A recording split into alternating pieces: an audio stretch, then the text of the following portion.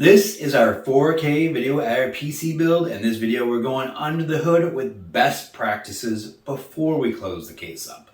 Hi, I'm Dave of Tech Experts, and we help entrepreneurs to close the gaps that exist across the tools needed for your online business. In this video, we're going under the hood with our best practices before we close the case up. So let's see what some of those are.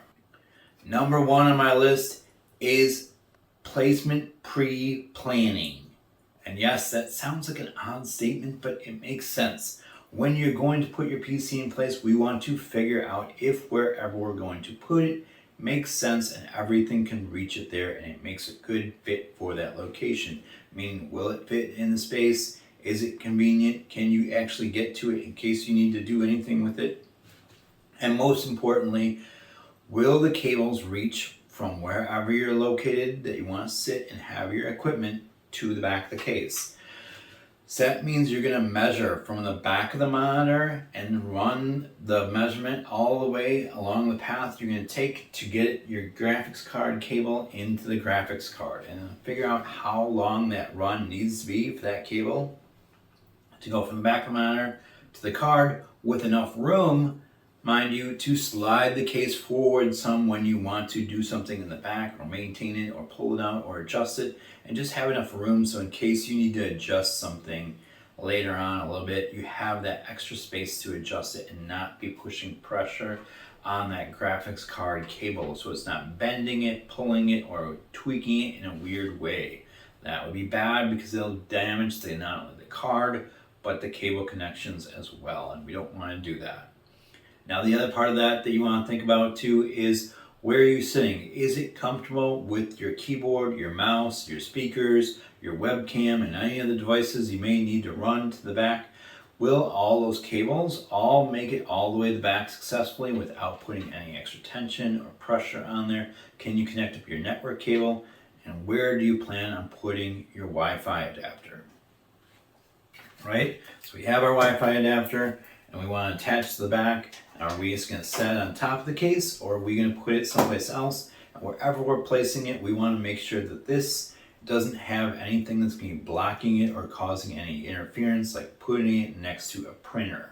Okay, so we need to think about that before we get it in place and make sure we have a good plan for how it's going to connect up.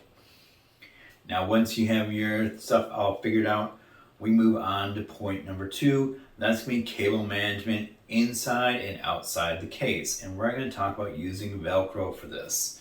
That's right, Velcro is my friend, and this is what we're going to do. We Velcroed up like our graphics card here, so we don't have any dangling cables in here. And I connected both the extra power cord and the main power cord together because I'm only using one of the power connectors on this particular card. But the Velcro is easy, meaning the same. If I want to upgrade my card later on and it's going to need both the power cords, I can just easily undo the Velcro, plug it in, and not have to worry about it. Now we're going to use Velcro on the back of our case as well to give ourselves that good, clean cable management. You know, the reason I love that Velcro is it's easy to adjust. If you want to add another device, like I want to add an extra hard drive along the way, I can just easily loosen up the Velcro, slide the cables through, readjust my Velcro, and make sure it's all plugged in and good to go. I don't have to try to cut a zip tie off and hope I don't nick any cables in the process. Now, then I said we were going to do inside and outside the case, right? So on the outside of the case, we said we measured all those cable lengths and we have that path that we're going to follow for our cables. So we want to group those together as soon as we can on the top of our desk to keep it really nice and clean looking and make it one single sort of looking bundle that's all Velcroed together as you go, and keep it all together all the way down underneath your case and into the back, and just have it separate out just before it comes in. And now you'll want to do those about a foot apart to keep the cable management even. Maybe if you need a little more space, you can do it further apart, but make a plan to try to keep it nice and clean. So a nice, clean, even looking bundle. It's a single bundle that looks nice and it's easy to sort of manage and cover up and keep in place, and keeps your environment looking better and doesn't have all the wild, crazy cables hanging and dangling all over the back. So that's going to cover your cable management. Number 3 on my list we're going to do some pre-installation testing, and we're going to test out to make sure and check and make sure everything looks connected and to make sure everything is powering on the way we'd expect to. For that, we're going to first visually inspect and see, are all the cables still visually connected in here? I didn't lose any connections when I was moving anything around. Everything feels like it's still in place, and I didn't knock anything out on the back when I was doing any of my cable management. Once we visually say, hey, everything looks good, we're going to go ahead and test our power. So make sure you plug your power cord in and then plug it into the UPS. Make sure that the power cord, the UPS is on. Now, if you have a power switch, flip your switch on for the power once you've got that power cord in, and you should see a visual light indicator of a blue light on the side of my motherboard down here glowing through the edge. And that is the indicator that the motherboard is getting power. Now, your motherboard may be different and have a different visual, but there should be some sort of light indicator on your motherboard telling you the motherboard's getting power before you even turn on the power on the case itself, when just the power is coming in from the power supply. So once we see that, that's good. We're going to go ahead and hit our power button. And now we're looking for a few things. First off, we're looking for fans. Are they spinning on? That's what I'm caring about more than anything with them, is are my fans actually spinning and coming on? So look and see the top fan here is spinning. The back fan here I see spinning. I'm checking to see the two fans here are spinning. I'm going to put my hands, see if I can feel the air flowing from the GPU. I can even check the power supply fan on the bottom as well and see if that's spinning up now that it's actually on. And then once I say my fans are spinning, and if I had a fan for my CPU cooler, I'd be checking to see if those are spinning as well. Once I've determined, yep, my fans are on, I'm going to now look for light indicators. And that means, do my fans light up when I expect them to light up? Do I see a light on my pump cooler here that's telling me the pump has got power and powering on and working? Is there a light for my graphics card, or is there lights on my memory? If any of those have lights built into them, are they lighting up? Is there any other lighting functions I have built in or connected up with my case? Any light strips or anything? Is it all lighting up the way I expect it to and coming on? Then I'm also looking for the light on my power button. Is that lighting up? Is there any lights for the front headers, basically meaning like a hard drive lights or any indicators there? And I say yes, I see my power button has lights, and the light indicator for my hard drive is blinking as well. Then I want to check to see, hey, can I hear that hard drive spinning if I can? If I have spinning hard drives, do I hear them spin up? So we're just trying to visually confirm and audibly confirm everything we expect is on and nothing's being interfered with. No cables are blocking or hitting any fans or anything's working. Everything's working good. All right, so now that we confirmed everything is working and good inside, takes us to point number 4. Point number 4 is going to be airflow and ventilation. And this could overlap a little bit with point 3 where we're checking stuff, but for the big things here, we want to check the fans are blowing in the direction we expect them to blow, so the fan air is blowing out on the back, out on the top. Now I want to see that the fans are blowing, the front fans are blowing in. My GPU fan, like we said, was blowing down.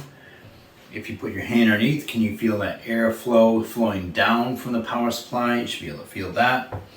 I want to remind you that's why we want to put this on a solid surface. So don't put it on a plush carpety area, because we need to be able to have that air flow out the bottom. By that I mean the airflow for the power supply and that graphics card pushing the air down, it has to flow out the bottom, and we want to be able to disperse that air and not get it caught in a carpet. And there's a front vent on the bottom as well. This pump pulling the cool air in for the cooling solution, so we don't want that to be stuck in anything thick that would prevent any easy airflow from flowing in there. Now you don't want to push it back too far that the back fan is being blocked by any sort of wall or device behind it. We don't want to cover up the top as well, so to make sure that this has plenty of room to dissipate the hot air out. And now we're going to put our door on, and this has a filter on here, so you'll be able to clean this later when you want to clean it. And that this vent here just fits in.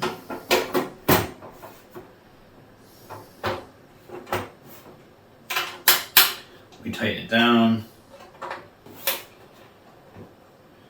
And we don't want this side panel here where the front vent is up against any sort of cabinet or device that's going to block it. So make sure if you have it there, you're positioning it so that there's room for that air to pull in on that side. Now once we get the window on as well, you'll notice the airflow will increase or be more efficient in coming out the fans on the top and the back as well. And the airflow in the side and the front and the bottom will increase as well, because there's no way for the air to pull in through the side or dump out through the side. So that covers all the areas you want to look at for our best practices. I hope you found this video helpful. If so, please give me a big thumbs up, like it, share it with your friends and families. Make sure you hit that like button for me. It really helps me out. And make sure while at the same time you're hitting that subscribe button if you haven't subscribed already. We want you to always subscribe because we have more cool stuff for you. We have more how-do-I guides, more tech tips, more reviews, and more things we would say we want you to be in the know about. So to make sure you're subscribed so you get all that goodness. Now, if you haven't done so yet, please check out our show's links. Down below, you'll find links to other videos in the 4K video editor PC build series, as well as links to both the kits. There are a pair of kits up there. Links to all the equipment we use to build it, plus accessories and some bonus items in the accessory kit as well. Now those links are all going to be affiliate links in the kits. They do pay us a small commission. Now the other thing you'll find in the show's description at the top is what we call our tech assessment. So if you're struggling with getting your 5 foundational pieces put in place, that'd be your backup plan, your file sharing, your file management, your password management, or 2-factor authentication. Maybe you don't have enough time to get all the things done, or you're having trouble figuring out and configuring everything you need to get your new email list up and running the right way. We can help you with that as well. Just click the tech assessment link, complete the tech assessment so we can determine where you're at, if we're a good fit for your needs, and how we can help you find all the right solutions for all your tech challenges and all your tech needs. Now, if you have any comments, feedbacks, or suggestions, you can leave in the comment section down below. You can always email me or DM me. I'd be happy to chat with you. Again, I am Dave of Tech Experts, and I look forward to working with you.